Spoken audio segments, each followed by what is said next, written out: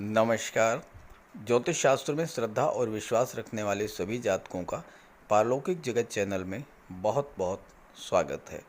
ग्रहों के राजाधिराज भगवान भुवन भास्कर 15 जून 2022 को प्रातः 10:30 पर अपनी वर्तमान शत्रु राशि वृषभ राशि को छोड़कर अपने परम मित्र युवराज बुध की राशि मिथुन राशि में गोचर कर चुके हैं। मिथुन राशि में सूर्य का ये गोचर 16 जुलाई रात 11 बजे तक रहेगा। सूर्य अग्नि तत्व हैं और मिथुन राशि वायु तत्वीय राशि है। सूर्य में ऊष्मा, ऊर्जा, तेज और प्रकाश है। वायु तत्वीय राशि में गोचर करने पर सूर्य का प्रकाश, ऊर्जा और ऊष्मा बहुत तेजी से समस्त चराचर जगत में प्रवाहित होगी। परिणाम ये होगा कि शत्रु राशि में गोचर करने के कारण पिछले माह आपके कार्यों में जो शिथिलता आई थी, व्यापार में जो मंदी की स्थिति बनी थी, वह दूर होगी।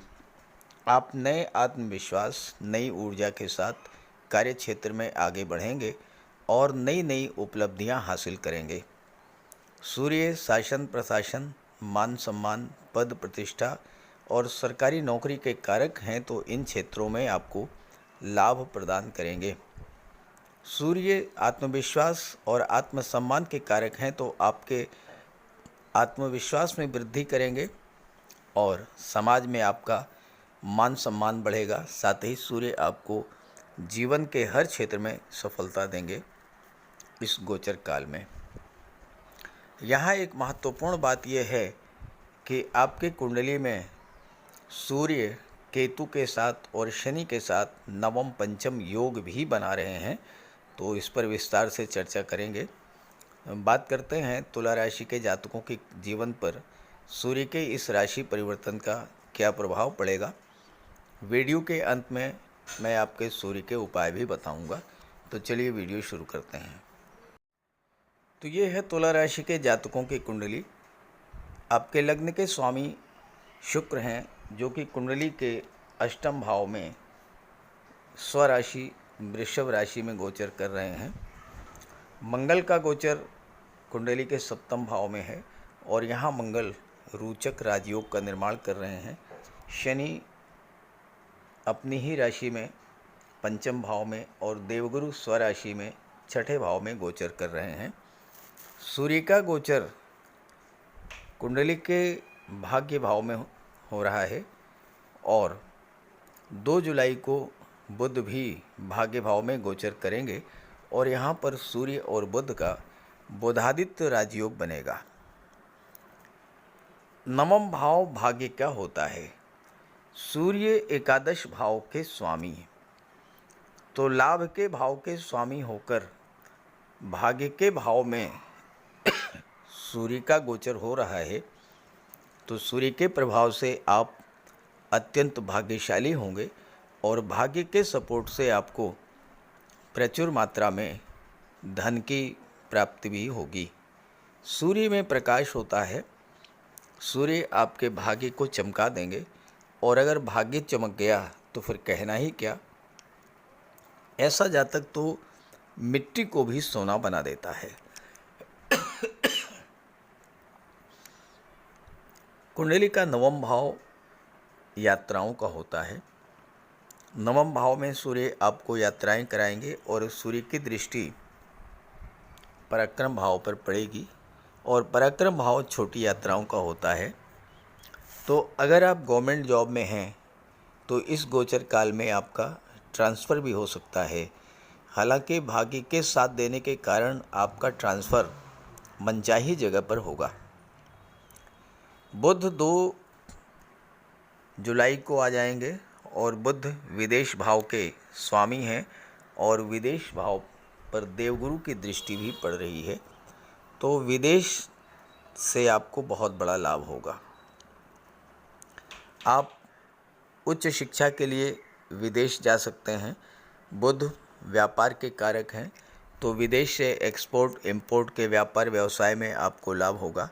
विदेश में आप सेटल हो सकते हैं और साथ ही साथ अगर आप विदेश सेवा में कार्यरत हैं तो वहाँ पर आपको प्रमोशन, वेतन वृद्धि का लाभ मिल सकता है, या फिर आप कोई महत्वपूर्ण जिम्मेदारी का पद आपको सौंपा जा सकता है। परिवार से आपका लगाव बढ़ेगा, लेकिन नवम भाव में सूर्य पिता से आपके संबंधों को खराब कर सकते हैं, तो इसका उपाय करें। सूर्य आपको अद्भुत नेतृत्व क्षमता प्रदान करेंगे, और अगर आप राजनीति में हैं या किसी मल्टीनेशनल कंपनी में हैं तो आप लोगों का नेतृत्व करेंगे और आपके अधीन सैकड़ों हजारों कर्मचारी कार्य करेंगे। सूर्य यहाँ पर आपको धन तो बहुत देंगे, लेकिन आप उस धन का उपयोग अपने लिए नहीं कर पाएंगे।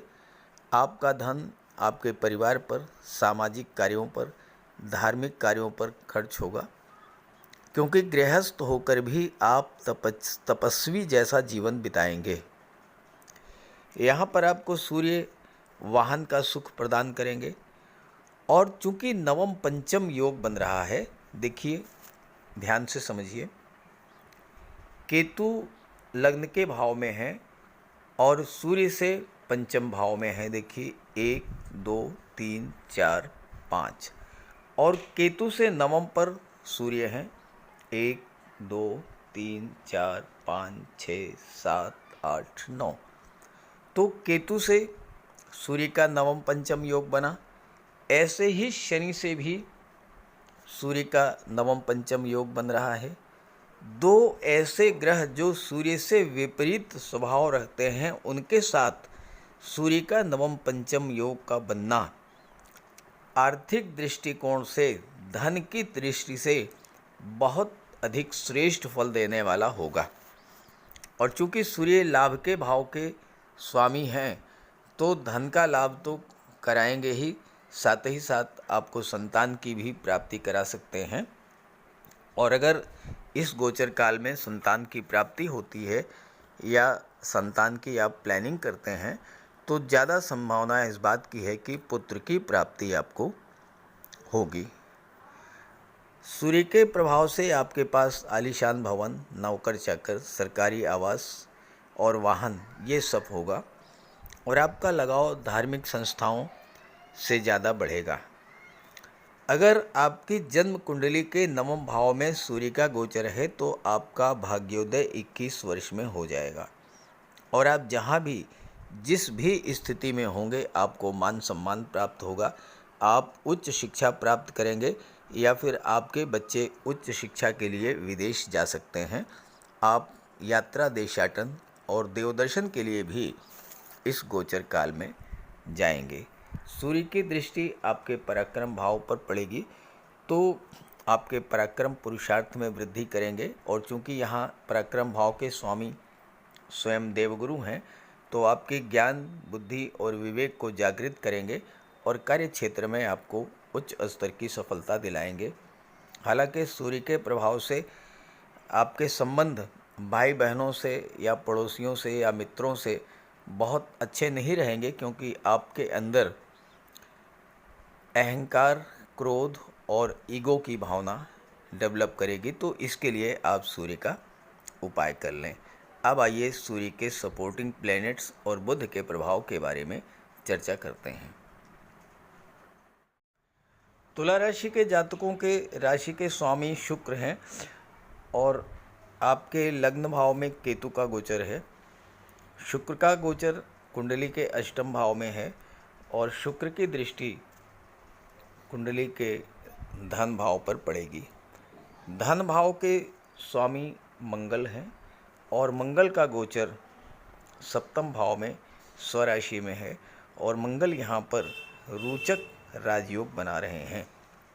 शुक्र और मंगल के सहयोग से आप प्रचुर मात्रा में धन तो अर्जित करेंगे ही, धन का संचय करेंगे ही करेंगे। साथ ही साथ शुक्र और मंगल दो ये ऐसे ग्रह हैं जो लव रिलेशंस को बहुत स्ट्रॉन्ग करते हैं। शुक्र को फीमेल प्लेनेट माना जाता है और मंगल को मेल प्लेनेट माना जाता है। और आपके राशि के स्वामी की दृष्टि पड़ रही है धन के भाव पर, जिसके स्वामी मंगल हैं, और मंगल सप्तम भाव में है जहाँ से दाम्पत्य सुखों और लव रिलेशंस का विचार किया जाता है। तो शुक्र और मंगल आपके दाम्पत्य जीवन को प्रभावित करेंगे, वैवाहिक रिश्ते बनेंगे। लेकिन ध्यान ये रखना है कि जब तक मंगल का गोचर है सप्तम भाव में 10 अगस्त तक, तब तक कोई नया रिलेशन बनाते समय, नया संबंध बनाते समय, नया रिलेशन डेवलप करने हो, नए बिजनेस पार्टनर बनाने हो, तो जल्दबाजी में कोई डिसीजन मत लीजिएगा। और मंगल की चौथी दृष्टि आपके दशम भाव कर्म क्षेत्र पर पड़ेगी, तो यहाँ पर मंगल आपको बहुत अच्छा रिजल्ट देंगे। चूँकि मंगल रोचक राजयोग बना रहे हैं, तो आपके पराक्रम, साहस, शौर्य और ऊर्जा में वृद्धि होगी।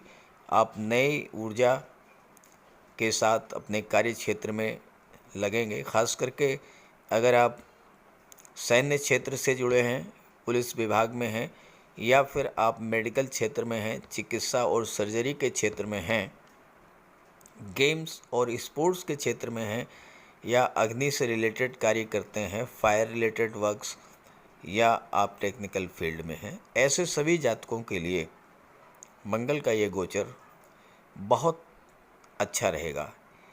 हालांकि आप कार्यस्थल पर काफ़ी मुखर रहेंगे। कार्यस्थल पर सुख सुविधाओं को लेकर, कार्यस्थल के हालातों को लेकर, अपनी समस्याओं को लेकर काफ़ी आप जद्दोजहद भी करेंगे। लेकिन यहाँ पर ध्यान देना है आपको कि बोलने में चतुराई बरतें, डिप्लोमेसी से काम लें, ताकि आपका काम भी बन जाए और आपका कोई नुकसान भी ना हो सके। हालांकि भाग्य का इस गोचर काल में आपको पूरा सपोर्ट मिलेगा। सूर्य और बुध दोनों ही भाग्य भाव में गोचर कर रहे हैं। सप्तम भाव दशम का दशम होता है, और दशम भाव सप्तम भाव में मंगल का गोचर कहीं न कहीं आपको कार्यक्षेत्र में एक नई ऊर्जा प्रदान करेगा। आपके पावर, अथॉरिटी और सोशल स्टेटस में वृद्धि करेंगे। लेकिन मंगल की अष्टम दृष्टि सेकंड हाउस पर भी पड़ रही है, तो धन का संचय तो कराएंगे, ज़मीन जायदाद प्रॉपर्टी भी आप खरीद सकते हैं, लेकिन आपकी वाणी काफ़ी उग्र होगी और उसमें क्रोध भी होगा। तो इस बात का आपको ध्यान रखना है। हालांकि आपके लग्न में केतु का गोचर है, और केतु का स्वभाव मंगल जैसा ही होता है, तो आपको अचानक से धन का लाभ ही करा देंगे। आप कोई प्रॉपर्टी, भूमि, भवन भी खरीद सकते हैं। खान पान, परिवार और वाणी का आपको ध्यान रखना है। देवगुरु का गोचर छठे भाव में है, और देवगुरु भी यहाँ पर अपनी ही राशि में गोचर कर रहे हैं, अत्यंत बलवान स्थिति में है, और देवगुरु की दृष्टि कुंडली के 12वें भाव पर है, तो आपको विदेश से बहुत बड़ा लाभ दिला देंगे। उच्च शिक्षा के लिए आप विदेश जा सकते हैं। और चूंकि देवगुरु का गोचर प्रतियोगिता, कंपटीशंस के भाव में हो रहा है, और सूर्य आपके भाग्य को बल दे रहे हैं, तो ऐसे में जो जातक आईएएस, आईपीएस, सिविल सर्विसेज की तैयारी कर रहे हैं, उनके लिए भी सफलता के पूरे योग बनते हैं। देवगुरु की दृष्टि विदेश भाव पर पड़ने से आपका विवाह भी विदेश में हो सकता है, और दशम भाव पर भी दृष्टि पड़ रही है, तो कार्य क्षेत्र में आपके उन्नति कराएंगे। और सेकंड हाउस पर दृष्टि पड़ रही है, तो आपको धन का संचय करा देंगे। 12वां भाव धर्म, अध्यात्म का होता है, और देवगुरु धर्म और सत्कर्म के कारक हैं, तो आपकी रुचि धार्मिक कार्यों पर भी बढ़ेगी। आपके घर में कोई मांगलिक उत्सव, कोई धार्मिक उत्सव हो सकता है, और इसका आपको लाभ प्राप्त होगा। यहाँ पर शनि पंचम भाव में गोचर कर रहे हैं, और शनि की दृष्टि पड़ेगी सप्तम भाव पर मंगल के ऊपर, तो शनि आपकी परिश्रम करने की क्षमता को बढ़ा देंगे। मंगल आपके अंदर कार्य करने की ऊर्जा प्रदान करेंगे, तो व्यापार के क्षेत्र में आपको अच्छी खासी सफलता मिलेगी। मैं यहाँ पर सप्तम भाव में मंगल के गोचर से दो बातें होती हैं। एक तो ये है कि ये मांगलिक बना देते हैं व्यक्ति को। अगर आपकी जन्म कुंडली में है तो वैवाहिक संबंध को बनाते समय बहुत ध्यान रखें। मांगलिक है तो मांगलिक से ही विवाह करें। और दूसरी बात यह है कि यहाँ पर मंगल और शनि आपको बुलंदियों पर पहुँचा देंगे। या तो आप बिल्कुल ज़ीरो पर होंगे या फिर टॉप पर होंगे, बीच की स्थिति नहीं होगी। और केतु की दृष्टि पड़ेगी मंगल पर, तो केतु आपको अचानक से बुलंदियों पर पहुंचा देंगे। तो कुल मिलाकर के ये 15 जून से 15-16 जुलाई तक का समय बहुत ही अच्छा है, क्योंकि 5-5 ग्रह अपनी राशि में गोचर कर रहे हैं। तो इसका लाभ उठाएं, लेकिन सूर्य का उपाय जरूर करें। तो चलिए बात कर लेते हैं सूर्य के उपाय पर। अगर अभी तक आपने सूर्य देव का उपाय नहीं किया है तो अवश्य कीजिए। सूर्य देव की आराधना करें। खास करके छात्रों को या जो कॉम्पिटिटिव एग्ज़ाम्स की तैयारी कर रहे हैं, उन्हें तो सूर्य के उपाय अवश्य करने चाहिए। सूर्य आत्मा के कारक हैं। इस पृथ्वी पर सूर्य के कारण ही जीवन है और सूर्य की ही ऊर्जा, प्रकाश और ऊष्मा से हम कार्य करने में सक्षम होते हैं। सूर्यदेव की आराधना करेंगे, आत्मा को बल मिलेगा, आत्मविश्वास में वृद्धि होगी, कार्य करने की ऊर्जा प्राप्त होगी, जीवन में रोशनी आएगी, भाग्य चमक जाएगा और फिर आप सफलता की सीढ़ियां चढ़ते चले जाएंगे। तो प्रातःकाल स्नान करते समय जल में लाल पुष्प या केसर डाल करके स्नान कीजिए। इसके बाद सूर्योदय से 1 घंटे के भीतर सूर्य देव को अर्घ्य दीजिए। तांबे के लोटे में जल, अक्षत, लाल पुष्प, रोली, लाल चंदन ये डाल करके सूर्य देव को अर्घ्य दीजिए। ध्यान रखें कि सूर्य देव को अर्घ्य 3 बार में देना है।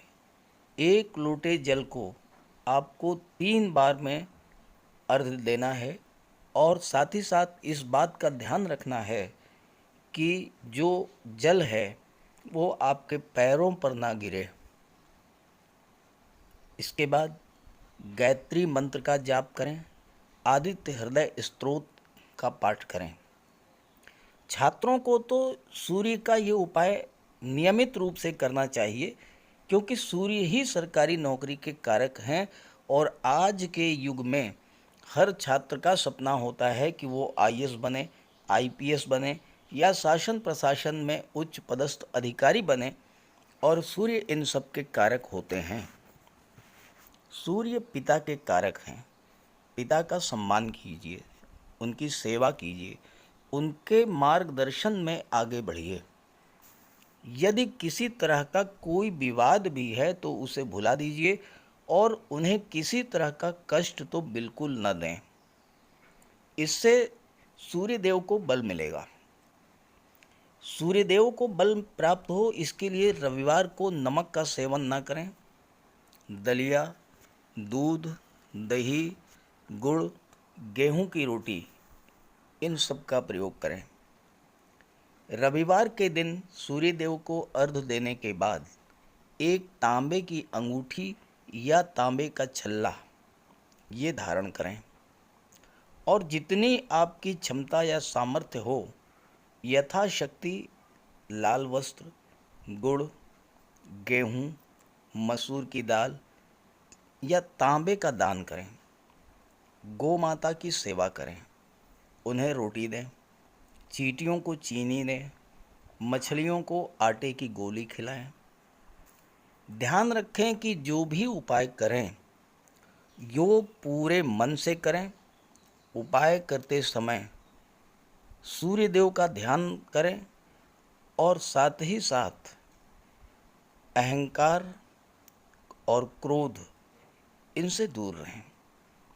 आप ये उपाय करके देखिए, जीवन में इतना बड़ा परिवर्तन आएगा कि आप कल्पना नहीं कर सकते।